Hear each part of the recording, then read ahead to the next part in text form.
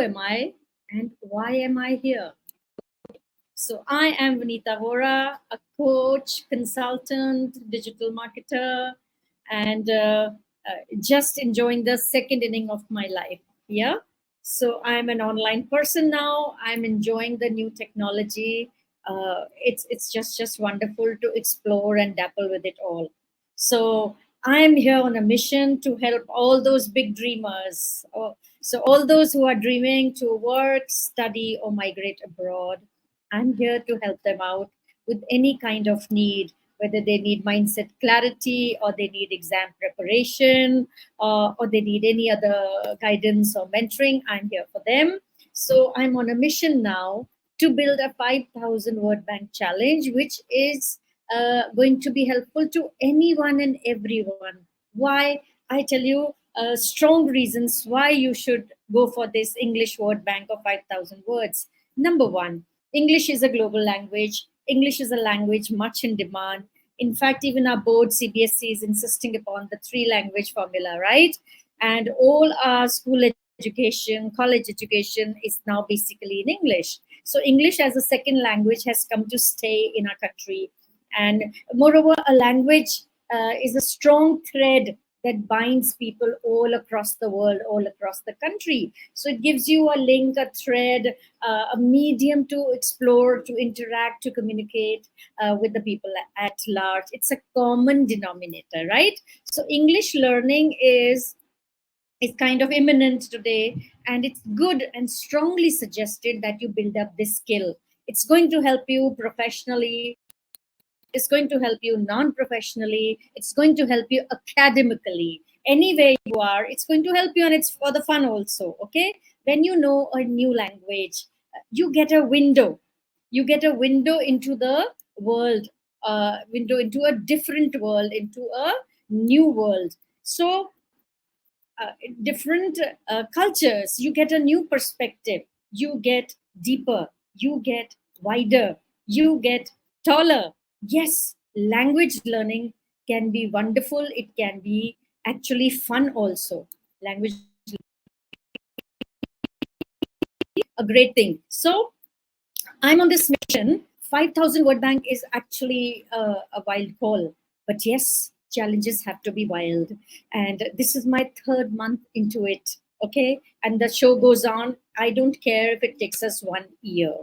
So you make your goal that you will at least take away 10 words. So imagine 10 words, how many days you'll need? Never mind. How many you'll retain? Never mind. Even if it is some percentage of the target, there is a lot of takeaway, right? So whether you are expecting to write any English proficiency exam, I'll line up a few. It could be IELTS, it could be TOEFL, it could be Pearson, it could be Duolingo, or you're going the GRE way, GMAT way. You have to appear in SAT, which is even applicable to the liberal colleges of India today. So you will need English proficiency tests, not just there.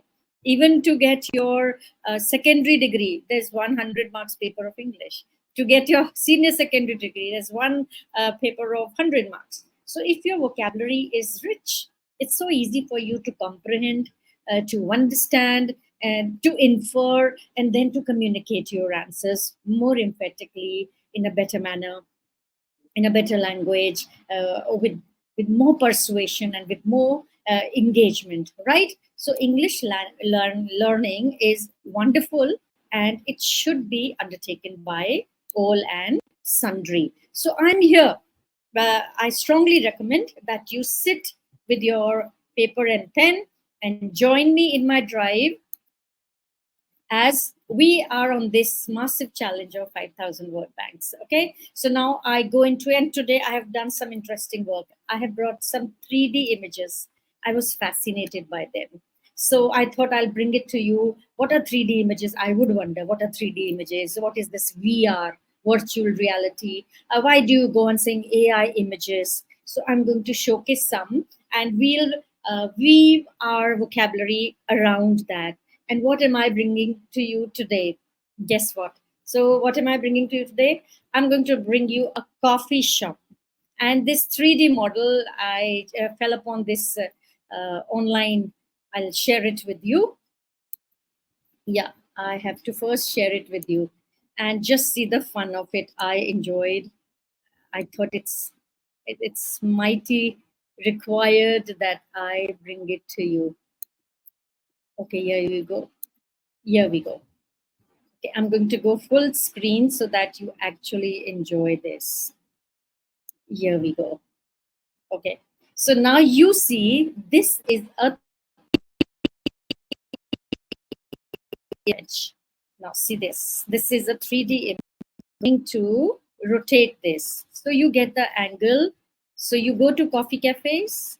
Okay, so here this is a coffee shop.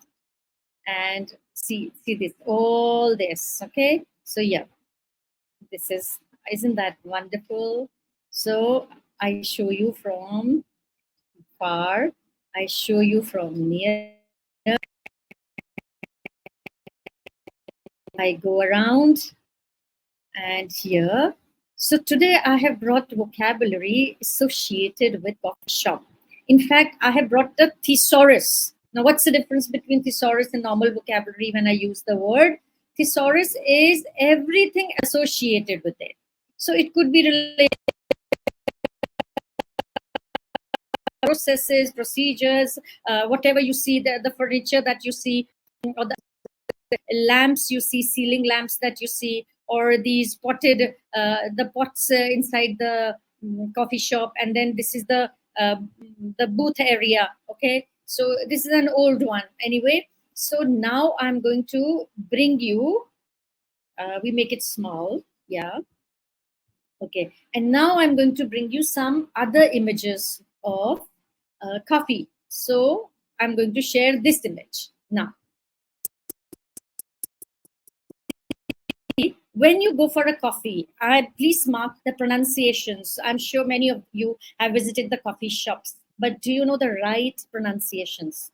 Okay, do you know the right of the coffees that you order? So I'm going to share all the right pronunciations with. So first, see, this is your professional coffee machine. These are coffee grounds. Okay, then steam rising from an old-fashioned, then espresso coffee. Then this is a hand pour coffee. Okay, then the bartender. Now, who's the bartender?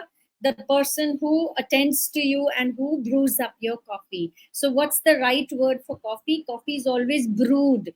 Coffee is not cooked. Coffee is not made. The right word would be brew the coffee. Okay, then this is your barista pouring water. Then this is a brewing coffee. So what do we say? It's a brewing coffee. The waviness effect of boil in the coffee. Then this is barista. So I'm bringing you all these images so that you get. Now, kettle and cup on the railing. So you see this kettle and cup on the railing. So what is the pronunciation? Kettle and cup on the railing. Then here we have slow motion coffee brewing coming out of the machine. These are fresh coffee beans. Okay, you can see these are fresh coffee beans, and they are rotating on the wooden platter. They actually they do it what? They roast them. They roast the coffee beans and then they give you. So I go back to my. So as you go, now I'm going to go full swing on the words that I have brought for you related to the coffee shop. And once in a while, I'll go and showing you the coffee shop. So we will first start with the names of the drinks. Okay, I'll share this one with you now. I hope you guys can see my sheet. Okay, yeah, you can see it. So I'm going to share the words associated with coffee and the right pronunciation. In fact, this deserves a full video altogether on this, which I will bring it to you. Okay, so number one, espresso. It could be a shot, it could be a black coffee. Then cappuccino. So what is it? It is cappuccino. Then it is frothy coffee or milk foam coffee. So when you order cappuccino, it could be either or it could be just milk foam. Then there is latte. So this is the milk coffee. Again, this is Café or Lait. So these French words. Then Americano. So it's a diluted espresso or it is black Americano. So what is the pronunciation? Americano. Then this is Mocha. This is the chocolate coffee or cafe mocha. Then this is Frappuccino. Then this is cold brew. Cold brew could be ice, could be a chilled coffee. Now, what are the tea drinks that you get in a coffee shop? It could be black tea, green tea, herbal tea, or the normal Indian chai, the masala chai, or the spiced chai. Now, these words have found their way into the dictionary. In fact, they have become part of the English dictionary now. So there's always an evolution of language. So many words mix up English, Hindi, and it has come to stay as English. And many of the new words now you will find in the dictionary. They have found their way there, and they are there in the English language per se. So next are the food items that you are likely to get in a coffee shop. It is, and then croissant, and then Danish. So croissant, what is the pronunciation market? There is sandwich, it could be panini or it could be sub. There's dessert, and there dessert it could be cake, it could be muffin, it could be brownie. Salad, it could be a green salad or a Caesar salad. Then bagels, then it could be plain or it could be everything bagels. Then coffee shop items. Now, what are the coffee shop items? I just showed you the pictures. So I'll just show you these names and then I'll pinpoint there. There's a coffee machine. It could be espresso or it could be coffee brewer. Okay, coffee is always brewed. Then there is a grinder. It could be a coffee grinder or Burr grinder. Okay, I got a chance to visit in Visakhapatnam, a beautiful coffee museum where they trace the entire history of coffee. And believe me, it was cool to be there. They have this little arrangement of dancing and so many varieties of coffee that you get boggled. It is mind-boggling, and you want to try so many of them. It was a wonderful visit there. So if you go to Visakhapatnam, Vizag, you must visit that place. Vizag. Okay, next is your milk frother. It is a steamer or it's a frothing wand. Then there is a coffee cup. It could be mug. It could be tumbler. There is a saucer. There's the plate. There's a dish. There is a spoon, and there is a stirrer. So when you stir something, what do you call it in English? It is a stirrer. So right now we are here in this empty coffee shop, and we are doing all the words associated with coffee. And this, you see, is a 3D model of coffee. You can easily make this and use it, especially during your teaching lessons. It's very beneficial for the teachers. And the VR that I'm going to talk about, will be tomorrow. I barely have time to finish the coffee today. So you see all these gadgets there, which all these are in English, so that you get the hand of it in. Back to our list of words. Okay, here. Okay, yeah. So we are there. I go back to the list. So here. So what are the words? Coffee machine. So should I show you the coffee machine again? Here. You see the professional coffee machine.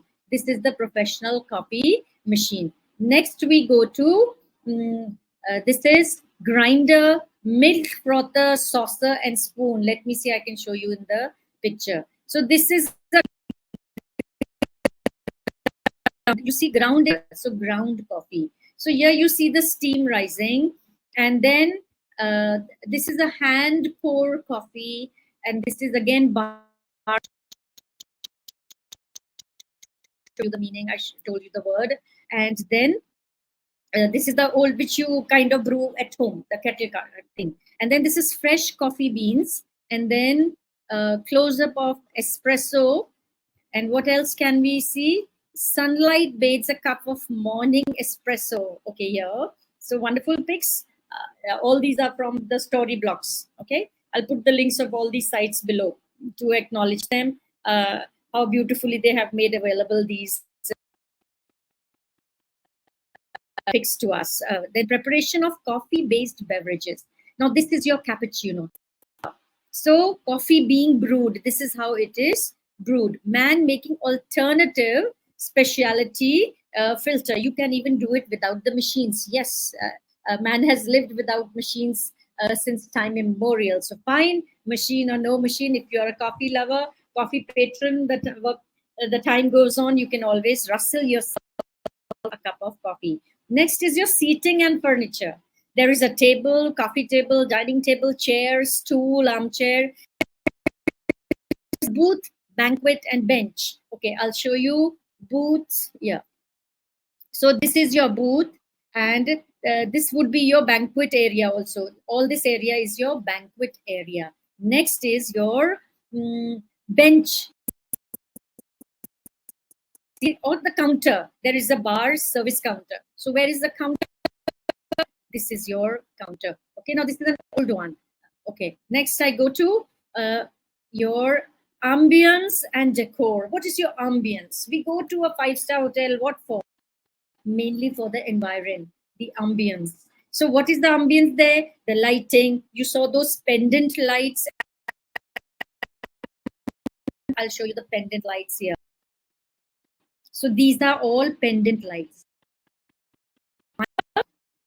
Art, there is wall art painting. There's always music. And then there is plant greenery and potted plant. I showed you the potted plant. Here they are, your potted plants. Okay, so we make it bigger.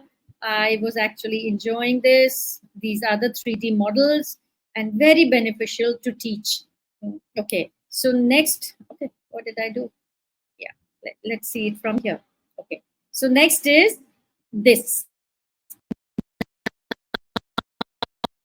This, the name is barista, the coffee maker, espresso specialist, customers. So customers can be patrons or they can be visitors. Now, what's the difference between a visitor and a patron? Patron is the people who love them, who cherish them. Okay, favorites. They love coffee. Coffee is their favorite. They are the patrons.